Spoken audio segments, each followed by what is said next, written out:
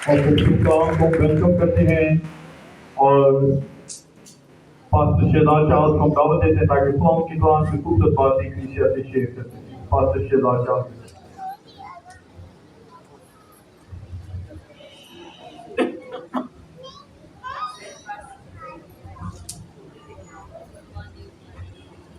Hallelujah, praise the Lord.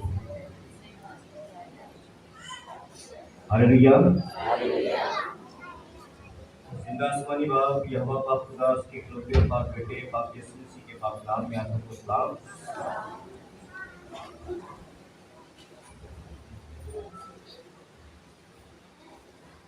आए किताब मुकद्दस में से मेरे साथ देखें, मुकद्दस मरकस की इंजील उसका 11 बाब उसकी 12 आयत से 14 आयत तक किताब मुकद्दस में से कोई भी बुलंद आवाज से इसे पढ़ दे। मरकस की इंजील उसका 11 बाब उसकी 12 आयत से 14 आयत तक।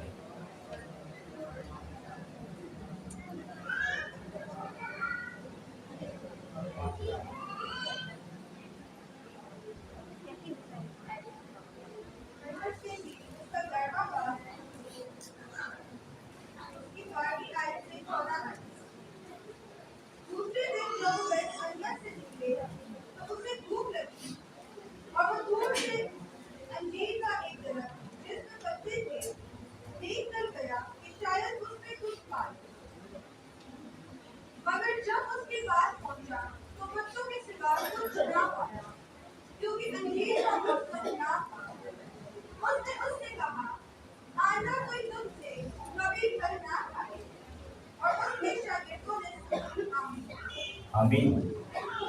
अपने सरों को खुदा के हुजूर में झुकाएं। सब सर खुदा के हुजूर में झुके, सब आंखें खुदा के हुजूर में ताज़ीमत बंद हो। आए कलाम खुदा के लिए दुआ करें।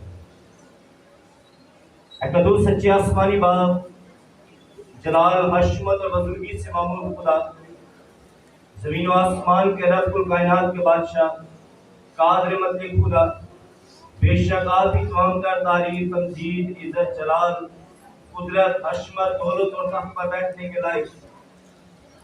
हम दिल की गहराइयों से आपका शुक्र अदा करते हैं कि आपने अपने पाक नाम अपने पाक जलाल के लिए हमें चुना और वक्त किया ताकि हम आपकी बड़ाई को सताइश करें।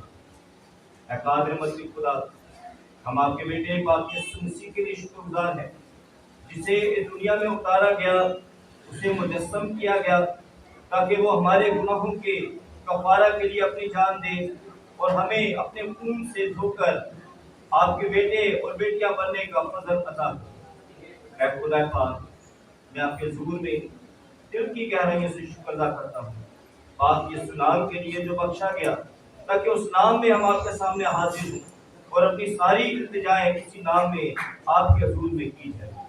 ऐ कादिर मसीह खुदा, हम यीशु मसीह के पाक नाम से आपके सामने हाजिर होते हैं और आज के सारे सेशन को आपके पाक हाथों के नीचे देते हैं। खुदा आपका मसा, आपकी हजूरी, आपका रोह, आपका दबदबा यहाँ पर ठहरा रहे ताकि खुदा हम कलाम को बड़े ध्यान के साथ सुनने वाले, पूरी तवज्जो के साथ हम ये जानकर कि आपकी आवाज़ हम सुनना चाहते हैं, हम अपने दिलों को आपका ताबेदार करें ताकि खुदा हमारी खुशी तो वाला हो, हमें बरकत हासिल हो। बिन तफल्लावान आखान तफलेबे वाराबान आखा तफलेबे सुकोई आहार तफलेबिया वासफुरबान आखान तफलेबे। ऐ कादिर मतलब खुदा, मैं अपने आप को आपके हुजूर में पहले ही दे चुका हूँ ताकि खुदा जो कुछ बयान करूँ आपकी मर्जी के मुताबिक बयान करूँ। आपका मसा, आपकी हजूरी चाहता हूँ ताकि खुदा मेरे खुदा लफ्ज़ों का तकद्दुस कायम रहे। मैं यीशु मसीह के पाक नाम से सभी कुछ मांग कर पा देता हूँ, आमीन। कलामे खुदा में से हमने मरकस की इंजील देखी, उसका 11 बाब और उसकी 12 आयत से 14 आयत तक किताब मुकद्दस में से हमने मुताबिया किया। मैं आपके लिए फिर से पढ़ता हूँ। यहाँ लिखा है, दूसरे दिन जब वो बैत अनिया से निकले तो उसे भूख लगी और वो दूर से अंजीर का एक दरख्त जिसमें पत्ते थे देखकर गया कि शायद उसमें कुछ पाए, मगर जब उसके पास पहुंचा तो पत्तों के सिवा कुछ ना पाया, क्योंकि अंजीर का मौसम न था। उसने उससे कहा, आइंदा कोई तुझसे कभी फल ना खाए। और उसके शागिर्दों ने सुना। इसके साथ मैं 20वें आयत से पढ़ूंगा। यहाँ लिखा है, फिर सुबह को जब वो उधर से गुजरे तो उस अंजीर के दरख्त को जड़ तक सूखा हुआ देखा। पतरस को वो बात याद आई और उससे कहने लगा कि ऐ रबी, देख ये अंजीर का दरख्त जिस पर तूने लानत की थी सूख गया। आमीन।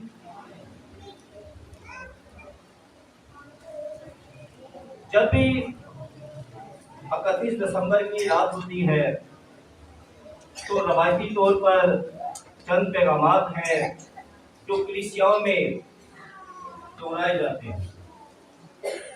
एक यही पैगाम है, ये एक वाकया है कि जब यीशु मसीह ने अंजीर के दरख्त को लानत की, और दूसरी एक तमसील है जो लूका की इंजील उसके 13वें बाब में है कि यीशु मसीह ने एक तमसील कही कि किसी ने एक पाकिस्तान लगाया और उस पाकिस्तान के दरमियान में एक अंजीर का दरख्त लगाया।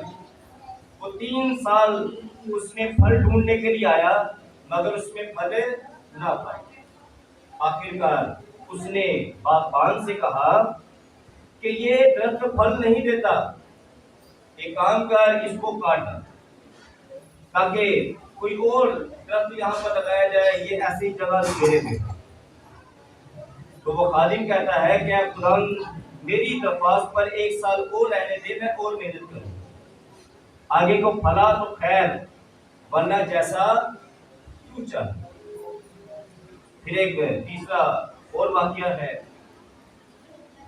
कि जब मुकद्दसा मरियम और यूसुफ मुकद्दसा मरियम के तहारत के 40 दिन पूरे होने के बाद यीशु मसीह जो कि बच्चा है उसे हैकल में लेकर गए और वहां उसे दुआ दी गई, उसके लिए बरकत चाहिए गई।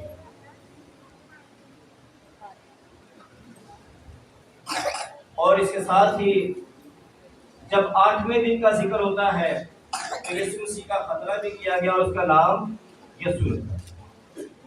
तीनों पैगामात बड़े खूबसूरत हैं। तीनों पैगामात पर अगर सीखने का मौका मिले तो बहुत उम्दा बात है। और तीनों पैगामात अपनी अपनी जगह पर हमारी ऐसी सलाहकारी करते हैं और ऐसी खुशी बांटते हैं और इन तीनों पैगामात में बड़ी बरकत है। और आज मैं आपके सामने इन 2 पैगामात को जो दोनों अंजीर के दर्द के साथ जुड़े हुए हैं इसे देखेंगे, मैं इसे बयान करूंगा। इस संडे बड़ा खूबसूरत पैगाम हुआ। भाई नवीद ने भी इन्हीं 2 पैगामात को चूज किया और उन्होंने बताया कि जब यीशु का नाम रखा गया, उसका खतना किया गया, बड़ी अच्छी तैयारी थी नए साल के लिए। और आज जबकि हम बिल्कुल पिछले साल के आखिरी दहाना पर मौजूद हैं और नए साल में दाखिल होने को है, तो हमारे लिए ये बड़ी बाबरकत सी बात है कि हम खुदा के कलाम के करीब रहें और उसके भेदों को जानें। आज आप सारे बड़े अच्छे बनकर आए हैं और बड़ी खुशी के साथ तैयार होकर आए हैं, ऐसा ही है? सारे खुशी के साथ आए हैं? आवाज नहीं आई। सारे खुशी के साथ आए और हम बड़े खुश हुए हैं क्योंकि हमें एक नया साल और मिल रहा है। हमारी जिंदगी के अंदर एक नया साल आने वाला है और इसलिए हमने अपनी खुशी से जो हमें सबसे अच्छा ड्रेस लगा हमने वो पहना, हमने अपनी खुशी के साथ घर में जो अच्छा लगा हमने आज वो पका कर रखा है ताकि नवे साल में उसे अच्छा अच्छा खावा।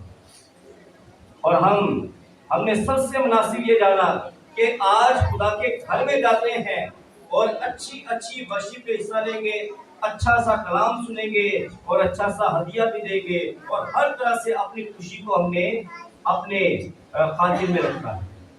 इसलिए हम बड़े खुश हैं आज। Hallelujah, hallelujah, hallelujah. हमारा ईमान है कि जब हम खुशी से खुदा के घर में जाते हैं तो खुदा भी खुश होता है। हालेलुया, जब हम खुशी से खुदा के घर में जाते हैं तो खुदा भी खुश होता है। पर यहाँ आज थोड़ी सी ऐसी बातें होने वाली हैं कि हो सकता है हमारी खुशी थोड़ी सी ढलक जाए, पर यह होना जरूरी है, ये होना भी जरूरी है।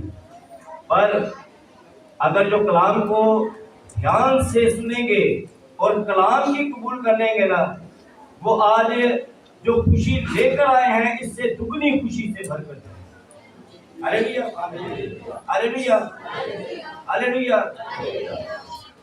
मेरे अजीजों, मैं दरअसल ये कहना चाहता हूँ कि हम अपनी खुशी से सारे काम करते हैं और ऐसा ही हाल एक वक्त में बनी इस्राइल का भी था।